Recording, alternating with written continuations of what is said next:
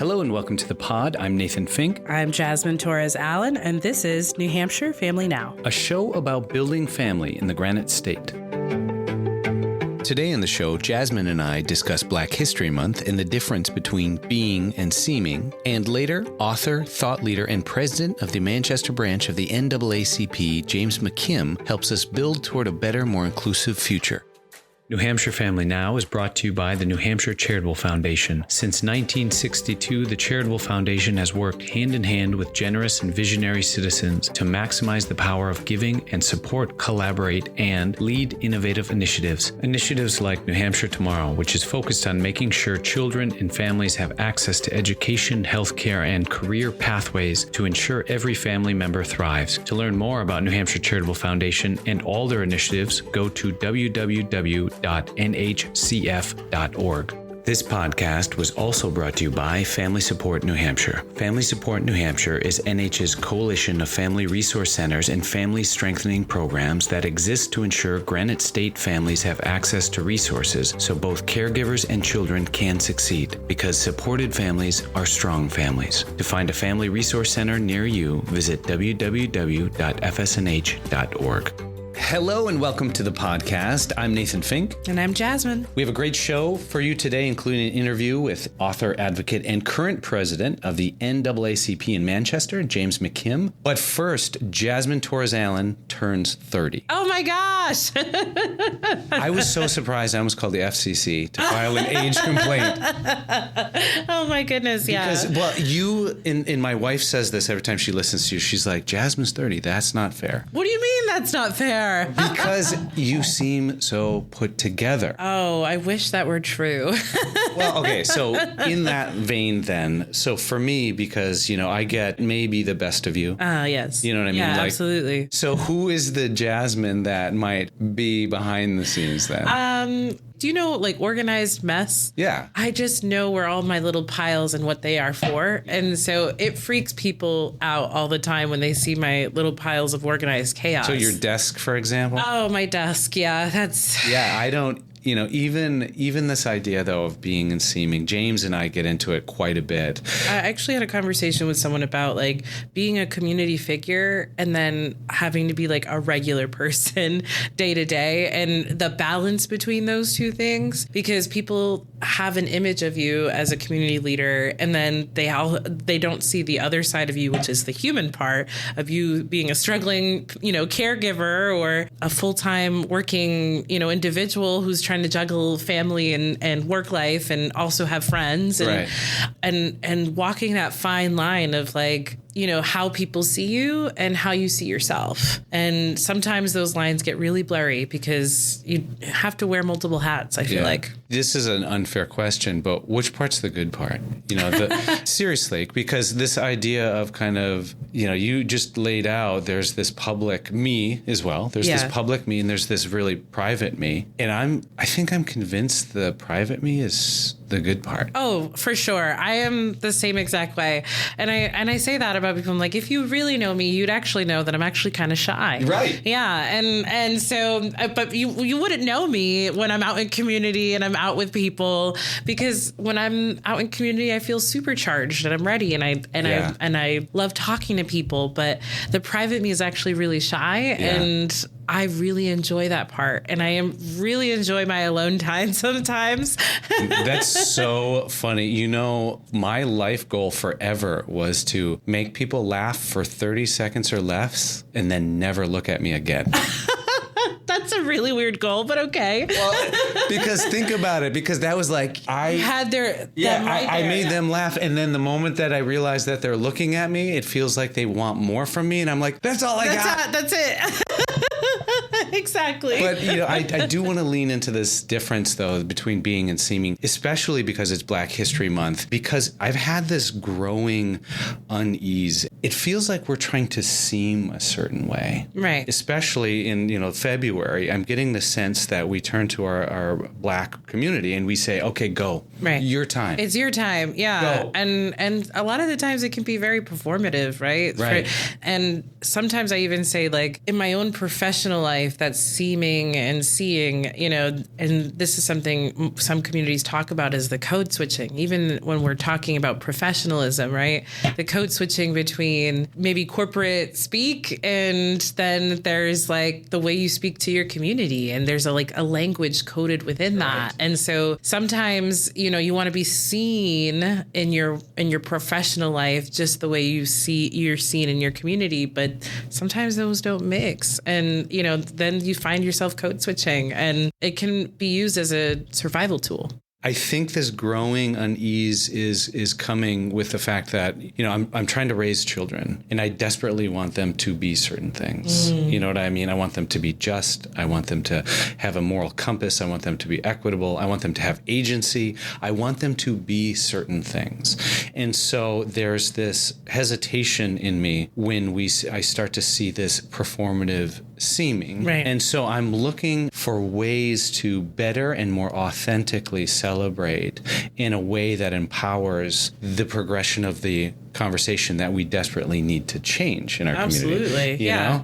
And I think that really starts with centering, Black and brown people and having them lead and guide the things that they want to do and what they feel like can serve the community better on educating people. And sometimes organizations get it right and some organizations get it wrong. And I think that the key is really having Black and brown people lead the conversation and be centered at the conversation and bringing them into these moments. And that's if they want to, because they don't owe anybody anything. Right. You know what I mean? Like that. And I think that's the other part too that we have to understand, that it's on us to look for those opportunities in community and be in community when those events or those things are happening, and try to decipher what's healthier for our kids to be exposed to. But I really truly believe that it's really about centering Black and brown people, in the conversation. And when you're talking to your kids, it's really having that honest conversation. Yeah. And, it's interesting because it's like, all right, so when are we seeking those voices? We're seeking those voices when those voices are being sought at a certain time. Exactly. That's not what we're talking about. And that's how like, I can always tell from an organization that can walk the walk because they're doing it all year long. All year. They're centering diverse voices all year long in different ways, in ways that serve the community and not just puts a Band-Aid over things. Right. You know what I mean? It's just understanding that it's not just 1 month. And of course, it's the shortest month of the year. So, it's all year long that you're doing things, not just in February, you're doing things all year long. These aren't just voices that we're asking for at a specific time of the year. These are the voices of the community. Right. And this is part of every conversation we have about anything. Exactly. It's not separate. It is the conversation. This is everyday life. These are people in your community. And when you are in community, you are around these individuals. And so it becomes a part of your everyday life and not just for 1 month. Now, does PBS have any materials or support for parents? Absolutely. So we have this new show called Lila in the Loop, and she and her family own a diner, but this is focused in on a Black family in Chicago, actually. And they serve all kinds of different families, but the show is focused in on Black STEM educators. And so if you want to learn a little bit more about Lila and the Loop, you can go to nhpbs.org/education. And when we come back, James McKim joins us. Don't go anywhere. Today's episode was brought to you by Upreach Therapeutic Equestrian Center. Located in Goffstown, New Hampshire, Upreach partners with the power of horse to create strong children, strong families, and strong communities. To learn more about Upreach Therapeutic Equestrian Center and its many inspirational programs, visit upreachtec.org. That's upreachtec.org. Today's show was also brought to you by Burgoo Media, a full-service media company dedicated to helping nonprofits realize impact stories for print, video, social, and legacy media, and more. Both budget-conscious and grant-friendly, Ergo Media helps your organization celebrate the humans in human services. Learn more at ergomedia.com. Hey, it's Nathan, co-host of New Hampshire Family Now. I wanted to take a quick break from the show because it occurred to me the other day that I've never asked you to subscribe to this podcast. Subscribing is free, and when you do it, it helps our placement algorithms, making it that much easier for caregivers across New Hampshire to find valuable information and strategies for their families. Also, you'll be alerted when a new episode drops. And if you like the show, leaving a review helps us that much more. So go to wherever you get your podcast, type in New Hampshire Family Now, and as the kids say, smash that subscribe button. I say click it, because if you smash it, then you're going to need a new one. Thank you and enjoy today's podcast. Hello and welcome back to the podcast. Today on the show, I'm thrilled to be joined by thought leader, speaker, author James McKim, who has ignited positive community change for over 30 years through board and committee work, serving as the current president of Manchester branch of the NAACP, and who, if I'm not mistaken, seems to have survived 2 children of his own. Have indeed. Have indeed. You do seem here. You do seem present, but I want to talk about that idea of seeming and being. Yeah, seeming and being, that difference, that fine line. So what does that do to your philosophical background? Well, to my philosophical background, I'm thinking of a number of things. What immediately sprung to mind is that I just did a workshop on culture in the workplace, and it turns out there are 9 different components of culture. And one of them is values. What do you value? And there are actually 9 different types of values that different cultures have. And one of them is being versus doing. And that's what sprung to my mind, the being versus seeming. The notion that you can appear one way, but inside you're another. And, this is a larger conversation that I think we started offline when I approached you about being on this podcast. Yes, we did. Yes. And it was so fascinating because we were talking about people as these really large intersection points of, your own personal history, your current roles, responsibilities, for the fact that you were community members and users of a system that have both tremendous potential and tremendous prejudices. And when I said that, you answered it with this long list of ologies. Can you take me back there? Because I want to know what you meant by that list. So this is based on work that was started by Marilyn Loden in 1991 when she was at Johns Hopkins Institute. And she said, we really want to think about our personalities. And our personalities are made up of various, she used the term characteristics, and she placed them on what she called the diversity wheel. So there are these internal personality characteristics, which have to do with the core of who we are. What's our race, our age, our gender, our physical ability. And then there are these external characteristics, which have to do with how we interact with others. So where we are geographically, where we live. So we're New Hampshireites, and that's part of our personalities. What's our work experience? What's our religion, our educational background? How do we normally dress? So it's our appearance, that's seeming again, right? So those are all parts of our personalities as well and make up who we are. And that does ologies, if you will. Right. And then there are these organizational characteristics, how we interact and are seen in an organization. So what function do we perform? Are we marketing? Are we sales? Are we admin? Whether we're a senior person or a junior person, whether we're management or individual contributor. So we are these walking intersections. Yeah, that's funny. When you first said that, I was trying to read your hesitation through a Zoom screen. And now that you're here in person, it's so much better than a Zoom screen.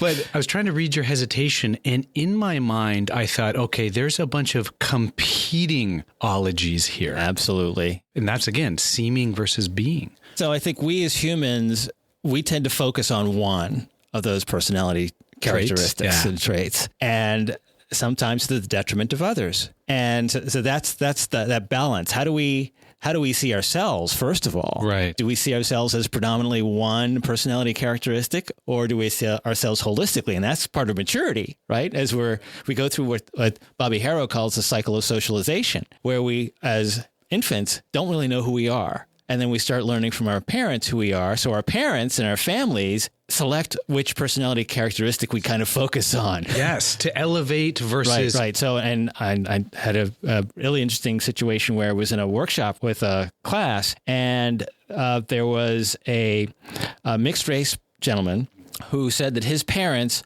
always taught him about being mixed race and that he had this black side to him that he needed to watch out for. And I thought that was really interesting because his parents lifted that up. I didn't lift that up with my kids who are biracial. So our parents and our families do play a big role in where we as individuals put our focus on which personality characteristic we have. So back to that moment, because I want to follow that a little bit, because that seems to have been an intentional choice. Yes. Okay. Can you walk me through there, the things that you were wrestling with as a caregiver and how you, by that choice, would be creating what you thought is a nurturing environment? Right.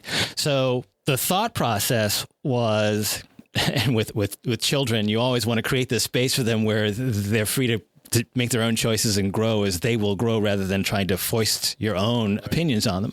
So our thinking was, well, we want to protect our kids from this horrible racism that exists for as long as we can. Right. Give them the opportunity to grow and not be negative about themselves or about the world in which they're going to interact and the people with which they're going to interact. And we thought, well, there's going to come a time when we have to really talk about it, but not as they're really young. So that was a conscious decision to not talk about it until they were older and we thought could handle the differences and the discussion. Did you feel then, like in their brain development, as they were kind of processing this world, that if you were to throw up those barriers or that kind of those limitations that could box them in, that they would actually exhibit some of the symptoms of being boxed in and not grow beyond? Yes.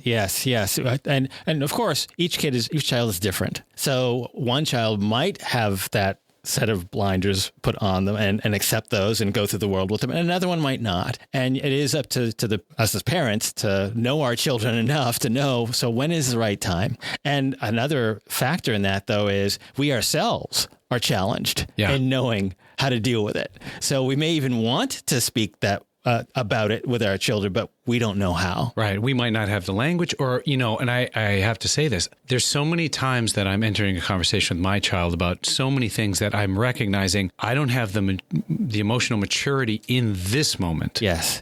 And so that makes us say, oh, I need to learn this first before I can have this conversation. And hopefully you don't take too long to learn about it.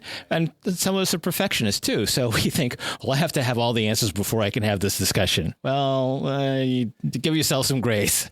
So when did then you make the choice to have that discussion, and how did you know it was time? We made the choice. I made the choice to have the discussion. Actually, my wife made the choice before I did. And we did it earlier with our son than we did with our daughter. And it was just because of his personality and his makeup. We decided a little bit earlier to do that. And we thought, you're old enough to be interacting with people who are probably going to have this perception of who you are and your color. So we want you to at least have the tools to be able to react to that or be careful not to react to that. So how did you even, and I know your kids are older now, right, but how do you lay a conversation like that out in a way that, again, is not limiting, even though you know that what you're doing is getting tools to hopefully break through those limits? Right.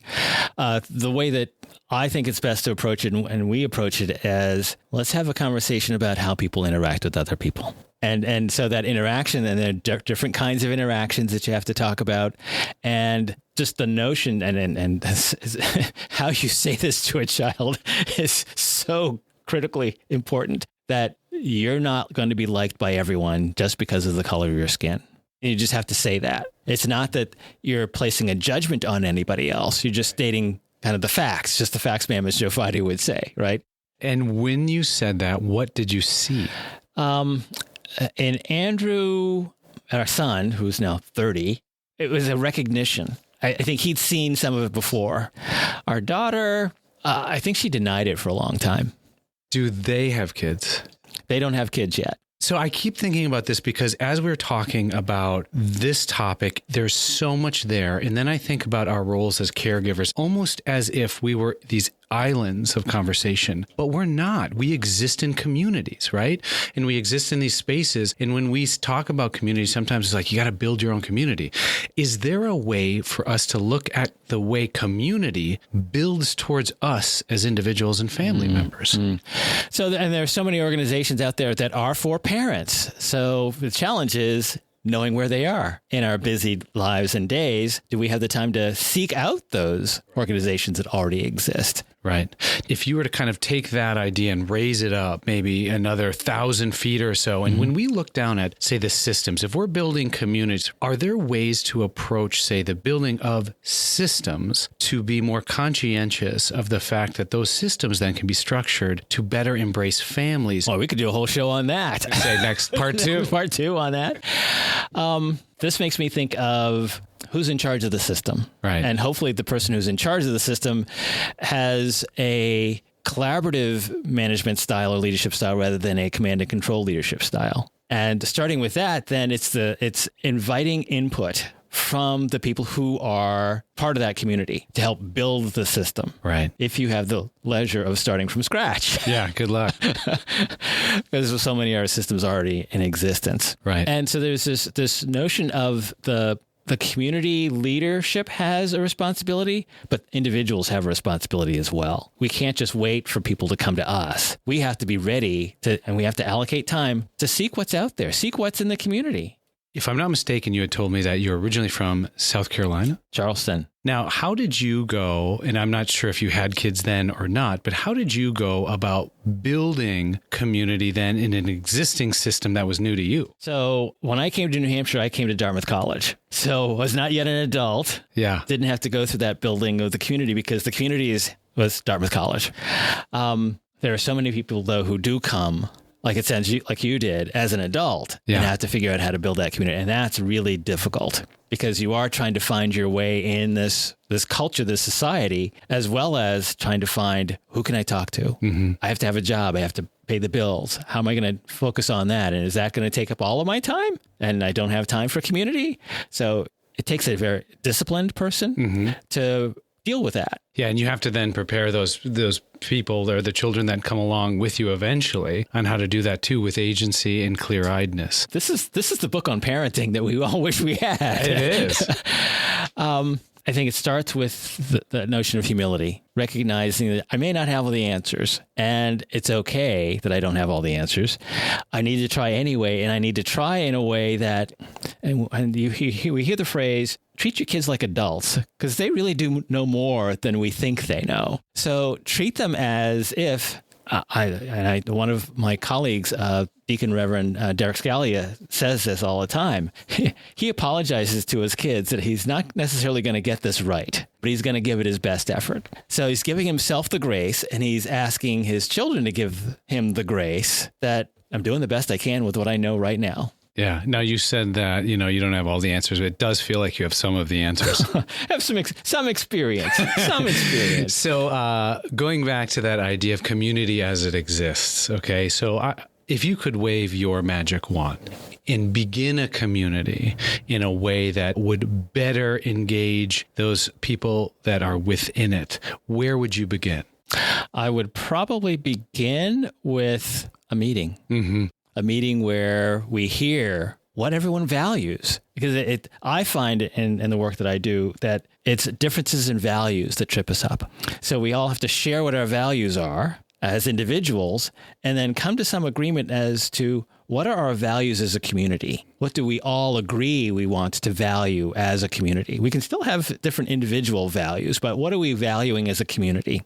And then, so what are the needs based on those values? What structures do we need to put in place? And then who's going to help lead this thing to make sure that we're living into those values? If you're on the ballot, I've got to vote. But I keep thinking about two things, one of which was Wendy Ellis's Building Community Resilience model, where she talks about shared understanding, which includes a shared narrative. But then I keep thinking about Robin Higa, who was one of the founders of the Community Cafe model. And she talked about that glue that brings society together better than anything else was aspiration. If we aspire together, yes, we will stay together. Well, and that what we see in how discrimination interpersonal level is addressed is through shared effort, shared experience and shared effort. We think back to when the Irish were first immigrating, there was this, Irish Catholics and non-Catholics never mix. And suddenly they got thrown into communities together and they built communities together. And now Catholics and non-Catholics marry all the time, right? We don't even think about there was this contention at the beginning. So it's that shared set of goals, shared action. That's how we can break down some of these barriers that we have and divisions we have between us. Mm-hmm. Communities need to have community conversations. Yeah. James McKim, it has been an absolute pleasure to have you on the show. Thank you so much. Well, great. Thanks for having me. Great conversation. This podcast was brought to you by Nixon Peabody, who delivers exceptional legal services for clients in the community by combining high performance, an entrepreneurial spirit, deep engagement, and an unwavering commitment to a culture of collaboration, diversity, and humanity. Nixon Peabody works with universities, hospitals, and nonprofits of every size to maximize impact. For more information, visit nixonpeabody.com. Many thanks to the Samuel P. Hunt Foundation for sponsoring this podcast. Established in 1951, Samuel P. Hunt Foundation is a Manchester-based, independent nonprofit that provides grants primarily for the arts, children and youth services, faith-based organizations, educational institutions, healthcare, and human services. New Hampshire Family Now is listed on Apple Podcasts, Spotify, Google Podcasts, Amazon Music, Stitcher, iHeartRadio, and more. Listen wherever you get your podcasts or ask your smart speaker to play New Hampshire Family Now.